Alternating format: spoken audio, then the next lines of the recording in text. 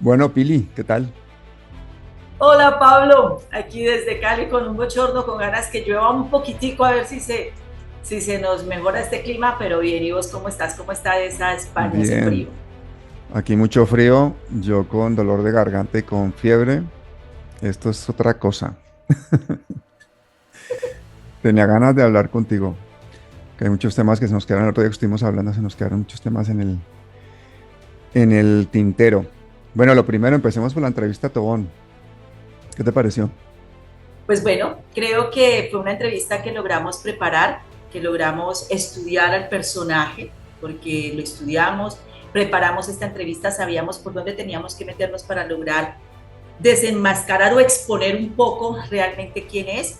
Y creo que la técnica que utilizamos es una técnica que, pues, en muchas otras entrevistas he utilizado y es tener al personaje, hacerlo sentir muy cómodo, inflarle un poco su ego, hacerlo sentir que está a sus anchas y es como jugar un poco al policía bueno y al policía malo, porque de esta forma él va a sentir que está cómodo, que está a sus anchas, que está siendo aprobado y de esta forma va a ir soltando y va a ir diciendo y se va a ir mostrando realmente como lo que es.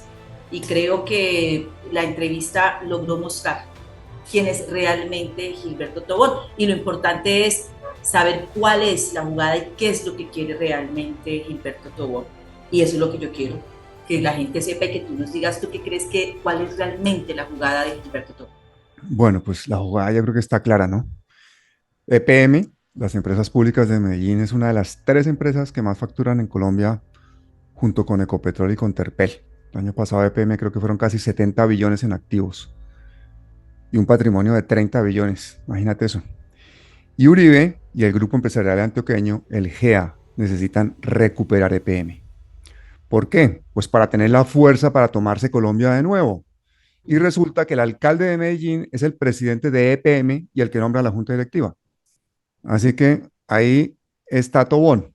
Entonces esa es la jugada de poner a Tobón como candidato a la alcaldía. El problema es que, claro, la gente no es boba, la gente ya no come cuento y entonces pues se ha dado cuenta de que Tobón ha cometido varios errores muy graves. Uno de ellos lo conseguimos sacar ahí en la entrevista y es que no condenar a los falsos positivos, ¿no? ¿Tú qué opinas de lo que dijo Tobón sobre Uribe y los falsos positivos? Pues creo que todo el mundo tiene derecho a hacer política en este país y hacerla como quiera para buscar los respaldos, pero creo que lo más bajo que puede llegar en este país es que utilicen y revictimicen a las víctimas de los falsos positivos para conseguir votos. Y creo que eso ha sido lo más bajo que hemos podido, que vamos a ver en temas de política. Pero además, porque es que yo recuerdo muy bien, y no sé si tú lo recuerdas, Pablo, que cuando Tobón empezó a conocerse a través de las redes sociales que lo endiosaron, fue precisamente hablando en contra de Álvaro Uribe Vélez. Y Mm. entonces ahora que quiere ser el alcalde, yo no sé si es que él quiera él o es que lo quieran poner. Y entonces vaya a buscar los votos de Uribe porque eso es lo que está buscando y además se pare encima de las víctimas de los falsos positivos. Creo que definitivamente de todas las cosas que ha dicho Tobón, esa es la más grave. La más grave es decir que hay personas, como lo habló y como dijo de Daniel Mendoza, que era obsesionado con Uribe, creo Y de que Iván eso es Cepeda una también. cachetada. De Iván De Iván Cepeda Cepeda. creo que es una cachetada, una bofetada, por ejemplo, a las mamás, a las madres de Soacha. Es como decirle, entonces, ellas están obsesionadas con Uribe porque les mataron sus hijos. O sea, creo que es lo más bajo que se puede ver y creo que eso quedó clarito en la entrevista. Hasta dónde puede llegar una persona Mm. por conseguir votos. Pero como abogado también me llama la atención que él parece ignorar que Uribe es el responsable político de los falsos positivos por su infame Directiva 29 del 2005, que fue la que abrió la puerta para buscar resultados a cualquier precio, recompensando ni más ni menos que asesinatos y dando ascensos y medallas.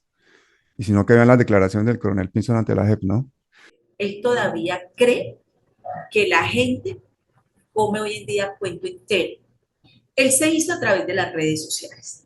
Yo no le quito toda lo inteligente que pueda tener y que sea profesor, académico y todo, pero es que hay un tema, las redes sociales, así como en Diosa, las redes sociales también tumban. Y él no se ha dado cuenta que es que hoy el ciudadano está empoderado.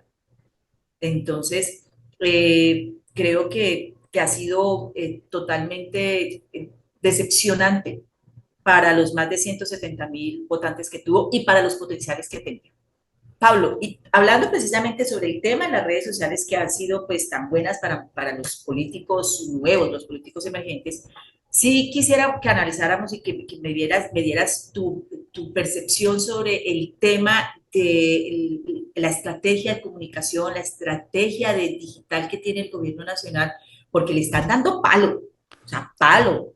Yo creo que el presidente, el gobierno, debería saber que si necesita mayor respaldo social, tendría que apoyar los medios alternativos, que son los que contamos la realidad de los esfuerzos que hace este gobierno contra todas esas trampas que le están poniendo. Eso sí, como somos independientes, cuando metan la pata o algo que no nos gusta, lo vamos a decir. Pero este gobierno necesita una estrategia mediática muy efectiva de manera urgente. Si no, no va a tener el apoyo social que necesita y va a perder la pelea. Mira, yo siempre he pensado, Pablo, que la información, nosotros hablamos de una desigualdad social, pero nunca hablamos de la desigualdad de la información. ¿Cómo es posible que una entidad le dé exclusivas las informaciones, se las dé exclusiva a X o a Y medio, que es el gran medio, y se la entrega solo a ellos? Y ese medio lo presenta como la gran exclusiva, primicia. Y cuando uno llama a la entidad, al jefe de prensa, y le dice, mira, está ya el pronunciamiento oficial, no, todavía no hay pronunciamiento oficial. Mira, vamos a hacer un ejercicio, Pili. Vámonos a ver de algunas de las cosas que han pasado últimamente, porque es que hay cosas que yo no entiendo. Por ejemplo, han echado para atrás lo de quitar impuestos a las pensiones más altas. ¿M? ¿Dónde están los ricos del país? Eso ayudaría a combatir la pobreza de los pensionados más pobres. La Pero por otra parte, procuradora. no entiendo a la gente, porque la gente, por ejemplo, que apoya esta reforma, sigue teniendo las cuentas mayoritariamente en los bancos del Grupo Aval, que les cobran sobrecostos y comisiones abusivas, que intentan sabotear esa reforma precisamente para seguir evadiendo impuestos. Entonces yo creo que también la sociedad tiene que responder con medidas concretas, ¿no? ¿Cuánto cuesta cambiar de banco? Es una gestión de unos minutos. O sea, tampoco deberían consumir bebidas azucaradas de empresas como Postobón, que hacen un lobby a los políticos que financian, pues, las campañas de estos políticos. Y eso lo hemos mostrado en nuestro programa con Jessica Hoyos, que se llama Dulce Veneno. Esos lobbies han conseguido trampear Sí. la ley para que se aplique el impuesto solo a las bebidas que tengan más de 6 gramos de azúcar por cada 100 mililitros, cuando debería ser a partir de los 4. Pero es que nos cuelan esas cosas así de gordas todos los días, una detrás de otras. Por ejemplo, vergonzoso, no aprobar la ley para ponerle impuestos a los negocios colaterales de las iglesias. Ojo, a los colaterales, que es para evitar que se enriquezcan los pastores. Óyeme, ¿y qué opinas de los 7 congresistas del Pacto Histórico que dejaron hundir el proyecto que acaba con las corridas de toros? Que no hay peor cuña que la del propio palo. Y estamos jodidos. Los representantes a la Cámara solo tienen que ir martes, miércoles y eventualmente los jueves a la Cámara. Mm. Tienen un equipo de trabajo. Ellos solo tienen que estar sentados pendientes para trabajar, para atender. Y salen y se van. Pablo, si nosotros seguimos con esos congresistas del pacto histórico de la coalición como está, estamos jodidos. Aquí no va a haber cambio. Porque es el segundo Mm. proyecto que se une por Pero integrantes del pacto una histórico. cosa, lo primero, las corridas de toros son una salvajada, es una tortura, eso no puede ser arte. Pero la prohibición, yo creo que eso hace parte del programa de la campaña del Pacto Histórico.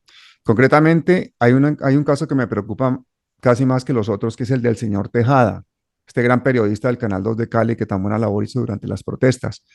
Pero aquí salió a justificar su postura dando excusas culturales propias de su autoría, citando filósofos. Y a ese señor, pues, ese señor salía en una lista cerrada, yo supongo que para representar un programa. O sea, que yo creo que debería renunciar, porque si lo que quiere es representarnos a los que votamos, debería seguir las directrices que votamos, ¿no? El programa del Pacto Histórico. A mí me parece tremendo. Tú conoces a Tejada porque él es del Valle, ¿no?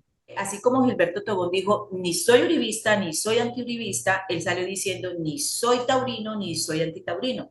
Es decir, ni chicha ni limonada.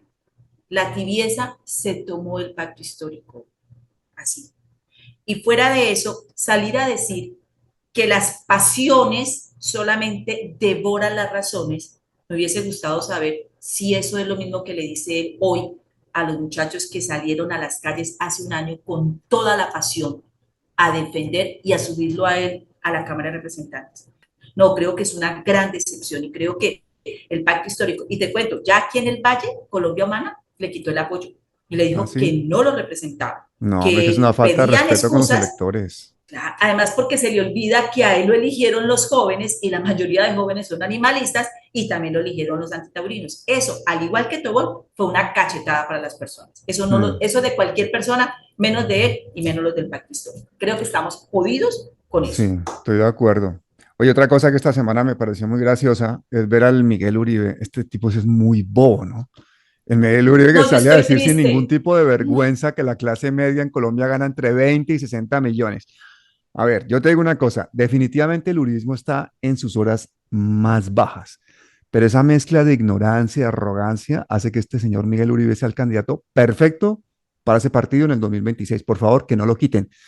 Señor Miguel Uribe, según el dato del DANI, la clase media en Colombia gana entre 635.000 y 3,5 millones de pesos. Más de 3,5 millones solo ganan el 1,8% de los colombianos. O sea, va a tener que estudiar más para poder rebuznar. Y además, acuérdate de una cosa, este hombre estará pensando es en el 5% de los colombianos que ganan más de 83 millones, o incluso en el 0,1% de los colombianos que ganan más de 800 millones al mes. Esos siguen siendo miles de personas. Entonces, imagínate el candidato que tiene el uribismo para el 2026. De los huevos de 1800. Mire, Pablo, yo estoy triste, re triste, ¿sabes por qué? Porque yo me consideraba clase media. O sea, yo soy de la clase media trabajadora de este país. No, yo no alcanzo a ser ni miserable. Porque según él, la clase media son los que ganan entre 20 y No, 60. Yo no me tenaz, gano tenaz, 25 millones, 20 millones. muy Entonces, yo ni desfasado. siquiera, no, yo estoy en la pobreza extrema según Miguel Uribe. Volviendo a nuestro amigo Tobón, acuérdate que de Tobón hay una parte que a ti te tocó tragarte que fue muy desagradable, que fue la parte del machismo, porque durante la entrevista al hombre realmente te faltó al respeto varias veces, te interrumpía o era condescendiente, o sea, estuvo a punto de irse, amenazó con irse. ¿Qué sentiste tú durante la entrevista, Pilar? La incomodidad, creo que es supremamente incómodo entrevistar. Además, la soberbia, ¿no? Tuve la galantería de aceptarle la entrevista y eso solo lo dicen las personas que Así. tienen un superego. O sea, antes yo estaba esperando que me mandaran la cuenta de cobro por la entrevista, porque es que tuvo la galantería de darme una entrevista. Es que acaso quién es. ¿Sí, sí ves? Mm, Entonces, creo que ahí quedó demostrado ese machismo que existe en nuestro país y que lamentablemente para algunos políticos las mujeres nos vemos mejor sentaditas y calladitas. Entre menos hablamos, mejor. Pero a mí me encantó que se resaltara ese machismo. Me encantó. Porque es que él con su tema de los académicos, no tengo nada en contra de los académicos, no tengo nada en contra, pero creo que como él hay muchos que se sienten por encima de la gente. Y mira que él trató de decirnos que era que los periodistas nos creíamos que estábamos por encima de los demás mm. porque hacíamos preguntas. Es que usted me está preguntando, haciendo preguntas venenosas. Se incomodan cuando uno les pregunta lo que realmente no son capaces de responder. Pero nos faltó una parte importante y nos faltó la parte de Rodolfo Hernández que yo quería sacarla al final, porque esa es una vaina que mucha gente no entiende, ¿no? Esa amistad peligrosa de este man con Rodolfo Hernández. Este tipo que no hace más que hablar contra la corrupción y es amigo de Rodolfo Hernández, ¿no? Entonces, ¿no te parece a ti como que habría sido mucho mejor si nos hubiera podido explicar esa amistad peligrosa? Todos los caminos conducen a Uribe. Porque es que Rodolfo Hernández también se ha declarado amigo de Álvaro Uribe Vélez. Sí, sí. Y todo, pues, uno defiende así, pues, al que uno de alguna forma le tiene cierta cercanía. Lo de Rodolfo Hernández creo que habría sido maravilloso haberlo sacado, pero creo que logramos hacer un acercamiento a la misma personalidad de Rodolfo Hernández. Sí, Rodolfo Hernández es el dicharachero, el por eso son amigos. culebrero, el chabacán, que yo no sé si realmente sea ingeniero, y Gilberto Tobón es el mismo culebrero, chabacán, dicharachero, pero con títulos. Mm. pero en últimas son lo mismo. Y son tan iguales y tan poco respetuosos con la mujer y tan machistas que para señalar cualquier situación que esté mal en el país, acuden a las prostitutas. Yo no me había fijado en eso. Cuando tú me dijiste, este señor Tobón siempre está hablando o poniendo comparaciones con las prostitutas, etcétera, etcétera. Y empecé a ver varias entrevistas y me di cuenta que efectivamente eso fue cuando dijimos, esto tenemos que enfocarlo por ahí, ¿no? O Y además cuando, fíjate qué falta de respeto, por ejemplo, cuando hablaba de la corcho, ¿no? La corcho, la cómo trataba a corcho a las mujeres, ¿no? y el El ejemplo de tipo la le ministra tiene, de Minas. el tipo le tiene un adjetivo calificativo a todo el mundo. A todo el mundo le tiene un adjetivo calificativo, pero ¿cuál adjetivo calificativo crees que se pondría él mismo si hubiese un personaje externo como él? Dios, ¿sí? Él se siente Bueno, Dios. Él pontifica. Bueno, digamos que no se pondría Dios, pero se pondría Tobón sexto. Él sí. Yo te aseguro que él, si viene el Papa, él no va y saluda al Papa, no sé, que venga y me salude. Pues ya, de ese tamaño es el ego de Gilberto pero Tobón. te digo una cosa, a mí sí me hubiera gustado que hubiéramos podido hablar de lo de Rodolfo Hernández, porque acuérdate que en este canal somos expertos en Rodolfo Hernández. Y Rodolfo Hernández, aquí le hicimos varias entrevistas a varios personajes muy importantes. Dados los juicios que tiene Rodolfo Hernández pendientes con la justicia, precisamente por varios procesos de corrupción, pues habría sido buenísimo sacar ese tema. Recuérdate que nosotros entrevistamos aquí al abogado Elmer Montaña, Ujú. en Sí, esa entrevista que se llama La hija y otros cuentos sorprendentes, que es el director de Control Ciudadano Colombia, que él ha estado no sí, solo investigado por la fiscalía, imputado, sino acusado por el delito de celebración indebida de contratos, ¿no? Estoy hablando de nuestro amigo Rodolfo Hernández. sí. Y también entrevistamos a el concejal de Bucaramanga, no me acuerdo cómo se llamaba. El que recibió la cachetada. Sí, sí, el que hace, el que recibió la cachetada, que cuenta todos los delitos por celebración indebida de contratos que tiene Rodolfo Hernández, el tumbe con el relleno sanitario de Bucaramanga, con coima incluida de 100 millones de dólares, el tema de su hijo, que es donde está metido ahí, y en plena segunda vuelta, él mintió sobre esto. Es que el descaro de Rodolfo Hernández, que por eso es que Tobón no tiene perdón ser amigo de este señor, si dice que es otro adalid de la justicia y de la transparencia. Este señor Rodolfo Hernández pactaba coimas y por increíble que parezca, ahí nos contaba el concejal, que las autenticaba en notaría, Ujú. la Él coima, el legalizó la contrato, las corrupción. notarizaba. Imagínate esa vaina. Legalizó la corrupción, eso es una forma. Pero Pablo, mira que es astuto, Gilberto Tobón es astuto, porque en algún momento cuando estábamos hablando, él mencionó algo de Rodolfo Hernández y yo le alcancé a decir, pero Rodolfo Hernández está sin curul, sin partido y sin plata. No, no, no, sí, inmediatamente cambió la conversación para que no le tocáramos Rodolfo Hernández. Sí, pero yo escuché Él, otras entrevistas de él en el que cuando le hablan del caso de Rodolfo Hernández, él dice, no, es que Rodolfo Hernández tendría que haber cogido a su hijo, llevarlo a la fiscalía y entregarlo. O sea, eso él, hubiese hecho la yo, culpa del todo el caso de dice corrupción ese se lo echas al hijo, como si él. Rodolfo Hernández Uh-huh. no tuviese nada que ver. Lo cierto es que Rodolfo Hernández está acusado por esto, es que ya no es que esté imputado, es que está acusado. A mí me parece un vacío constitucional gravísimo en Colombia permitir que alguien que está siendo juzgado por corrupción sea candidato presidencial, ¿no? Pablo, ¿y tú crees que vaya a pasar algo? Si el juez que lo condenó días antes de las elecciones por no pagar, creo que por 180 millones de pesos lo condenó y además lo obligó, le puso una multa de 180 millones de pesos para que le Mm, pagara a un ex trabajador suyo que nunca le había pagado seguridad social y todo eso mm, y no pasó nada. Este juez le tocó renunciar porque lo amenazaron. Entonces, ya. ¿tú crees realmente que va a pasar algo con Rodolfo Hernández con estas investigaciones? Pues yo de verdad lo dudo. Como dudo y como me tiene también muy desconcertada el Consejo de Estado con el tema de César Pachón.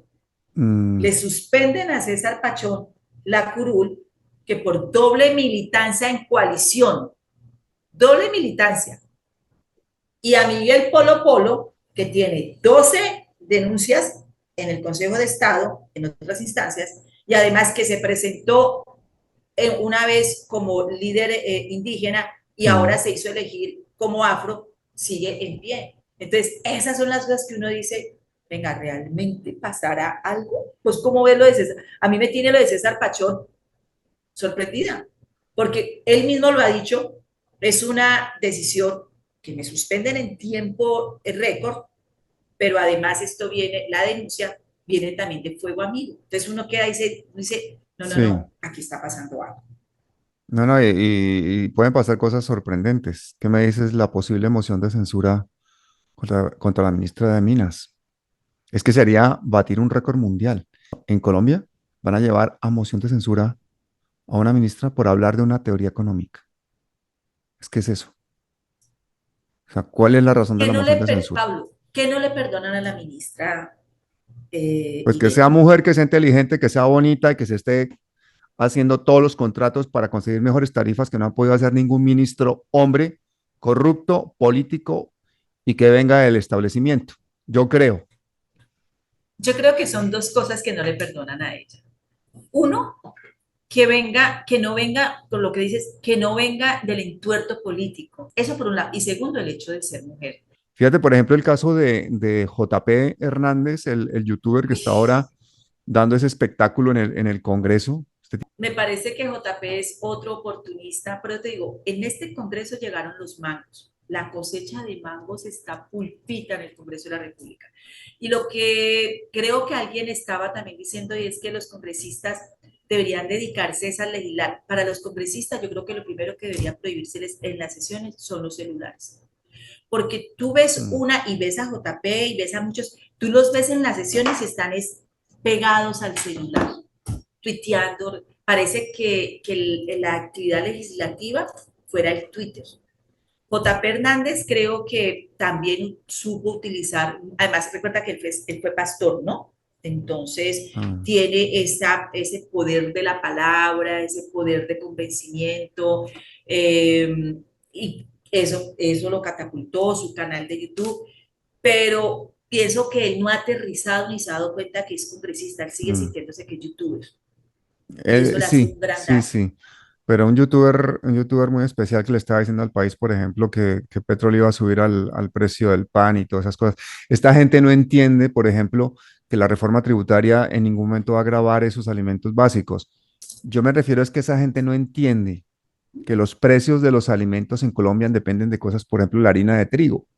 Y importamos la harina de Sí. trigo y esa harina de trigo depende de precios internacionales y esa importación es debida a los malditos tratados de libre comercio que desde la época de Uribe, que los firmó Uribe y los han revalidado todos estos presidentes y todo este neoliberalismo que nos viene de César Gaviria es los que no tienen sujeto a esas variaciones de los precios internacionales.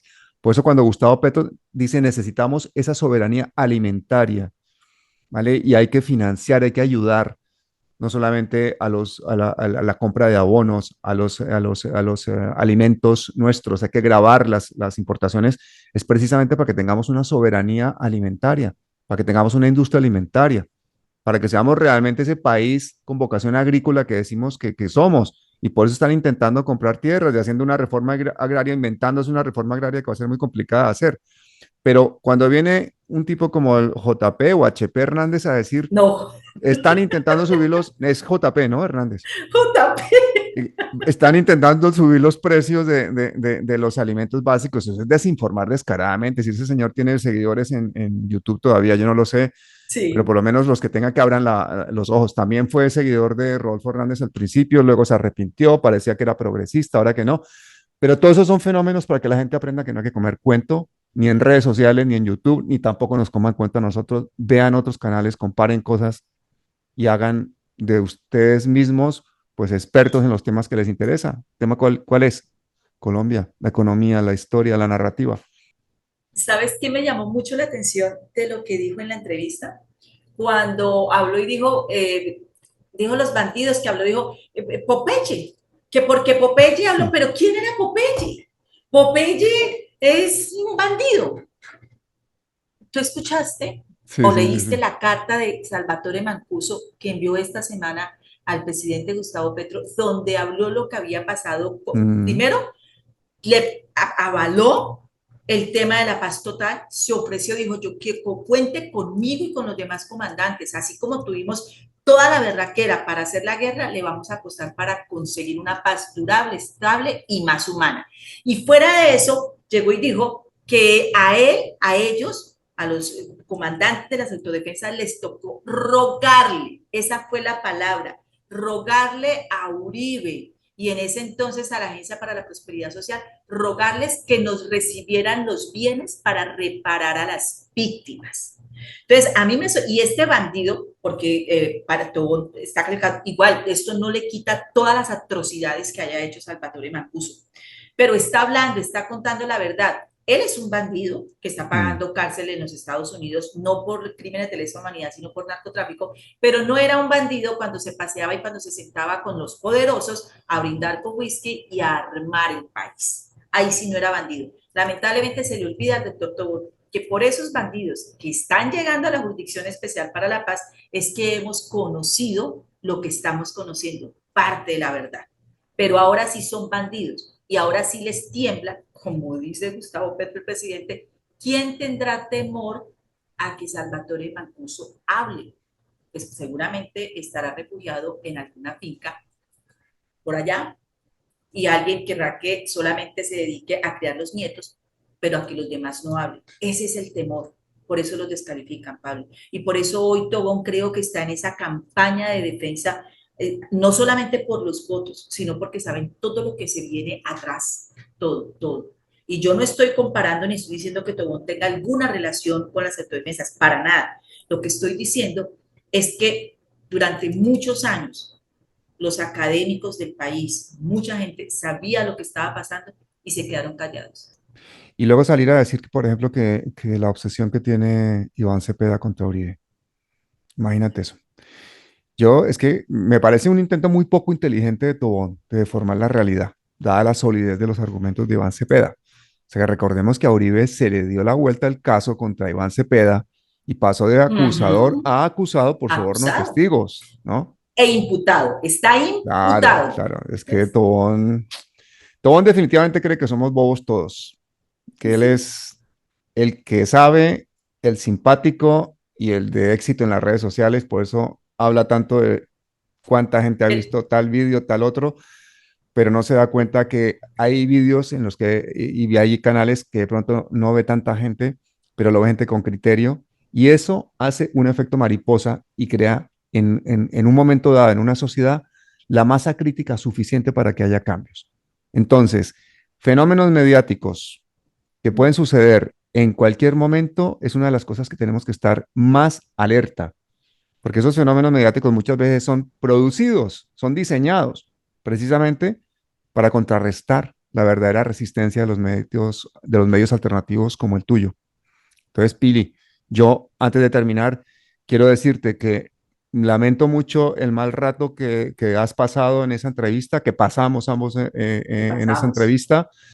Esto ha sido una entrevista hecha para que él mostrase realmente su pensamiento y su personalidad a los colombianos, porque ese señor se está postulando para uno de los cargos más importantes y determinantes del país, como lo he dicho, porque si ese señor es alcalde de Medellín, es presidente de EPM. Y si él llega a la alcaldía y llega a EPM, el uribismo vuelve a llegar a la Casa de Nariño. ¿Y eso qué Claro. significa? Ya, ya lo hemos vivido durante los últimos 20 años. Creo que sería lo, él mismo lo dijo, Pablo. El día después de la entrevista dijo, no, yo sé que ya me quemé, me quemaron, pero sigue insistiendo y sigue dando entrevistas. En este momento no sé cuál es la intención de él. Ya, en este momento porque está caído, sabe que está caído, pero sigue dando entrevistas y sigue defendiendo a Uribe. Hoy todavía lo está defendiendo. No sé, hoy aquí esté jugando. Bueno, eso ya es el ego y el despecho político que pueda tener. Yo, Pili, te quiero dedicar un vídeo que está dedicado a la mujer colombiana, está narrado por una niña campesina. Es un vídeo dedicado a mujeres como tú, a mujeres como Carolina Corcho, como Irene Vélez, a todas las mujeres del pacto histórico, a todas las mujeres campesinas, indígenas, afros, colombianas, a todas las mujeres que están realmente cambiando el país y que han sido sujetas a ese maltrato por parte de nosotros, los machistas colombianos, que no hemos terminado de aprender todavía a descodificar toda esa cultura patriarcal que nos han heredado. Estamos todavía años luz de poder apreciar realmente esa otra mitad de Colombia maravillosa, y que necesita y debe tener las mismas oportunidades para que tengamos un país en paz. Entonces, yo quisiera despedirme de ti dejándote ese vídeo que es un homenaje a ti y a todas las mujeres colombianas. Muchas gracias, Pablo. Un abrazote y bueno, aquí estamos para Hasta las la que sean, próxima. para adelante. A ver si nos quieren seguir dando entrevistas juntos a ti y a mí. Para las que sea, a ti y a mi Fer. Nos vemos, Pablo, y bueno, disfrutemos entonces del video. Chao, chao. Listo, cuídate mucho.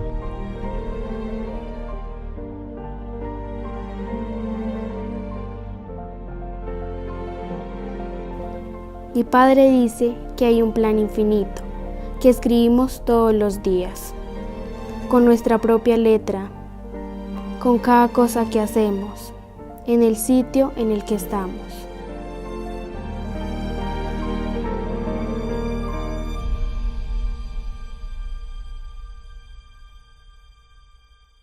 Me llamo Eli y vivo en una casita con paredes de barro que hicimos a mano con mis padres. Está en un rinconcito de una tierra que no es nuestra, bajo un cielo donde vuela un río de nubes que no tiene dueño, y donde canta perfectamente un coro de pájaros que no tiene director. No tenemos cuadros, pero sí las huellas de nuestras manos, unas grandes y otras pequeñas. De las estrellas solo nos separa un techo de paja que respira al mismo tiempo que las montañas que nos rodean. Por las mañanas, mientras mi madre cocina, abro los ojos y soy tan feliz que no sé si estoy despierta o no. Veo los rayitos de sol que se cuelan por las rendijas y a Vendaval, mi caballo salvaje que se forma del humo de la leña. De un salto me subo en el lomo de Vendaval y salimos volando por la ventana.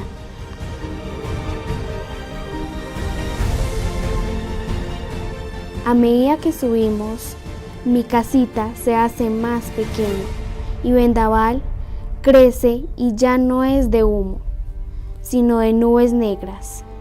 Y yo soy invencible, porque cabalgo un huracán que cruza el mar en dirección a un continente lejano, hasta el castillo de un rey que vive cuidando sus tesoros y que dice que es el dueño de la tierra en la que vivimos. Pero el pobre rey es prisionero. Su ambición lo ha encerrado entre muros tan gruesos que no dejan pasar rayitos de luz y no tiene un caballo de humo. El rey está rodeado de montañas de oro. Tiene miedo que lo roben si enciende una luz o hace algún ruido. Lo rodea una oscuridad helada y un silencio tan profundo que lo asusta el eco de su propia voz. Está siempre solo porque ha mandado a todos, incluidos sus hijos, a la guerra, a robar más riquezas que ya no sabe dónde guardar y que no piensa compartir. No sabe que muchos no tienen nada y que sus hijos pasan hambre. Cuando pienso en él, siento tristeza y quisiera enseñarle a hacer una casa con paredes de barro, cubiertas con huellas de manos grandes y pequeñas, y llevarlo sobre las nubes a lomos de un caballo de humo, hasta este rincón del mundo donde está mi casita que huele a leña, para que jueguen con mi ejército de insectos y bailen con los reflejos del agua. Y por la noche solo los separe de las estrellas un techo de paja, y cuando esté triste pueda escuchar conmigo la música más linda, la del tamborcito que toca a Dios desde el pecho de mi madre. Porque si el rey escucha su magia, podrá volver el tiempo atrás y de nuevo ser un principito, y que alguien le enseñe a compartir, para que un día sea un rey bueno y generoso, en un mundo sin guerras, para que sea tan feliz que no sepa si está dormido o está despierto. Yo creo que es posible, porque mi padre dice que todo lo que seamos capaces de soñar puede hacerse realidad, incluso la paz. Que somos más grandes que nuestras circunstancias, que hasta el más débil puede tener la fuerza de una tormenta si se enfrenta a las injusticias, y que una mujer que lucha por su libertad es capaz de vencer a un ejército de hombres, porque lucha por la libertad de todos, y ese es el plan infinito.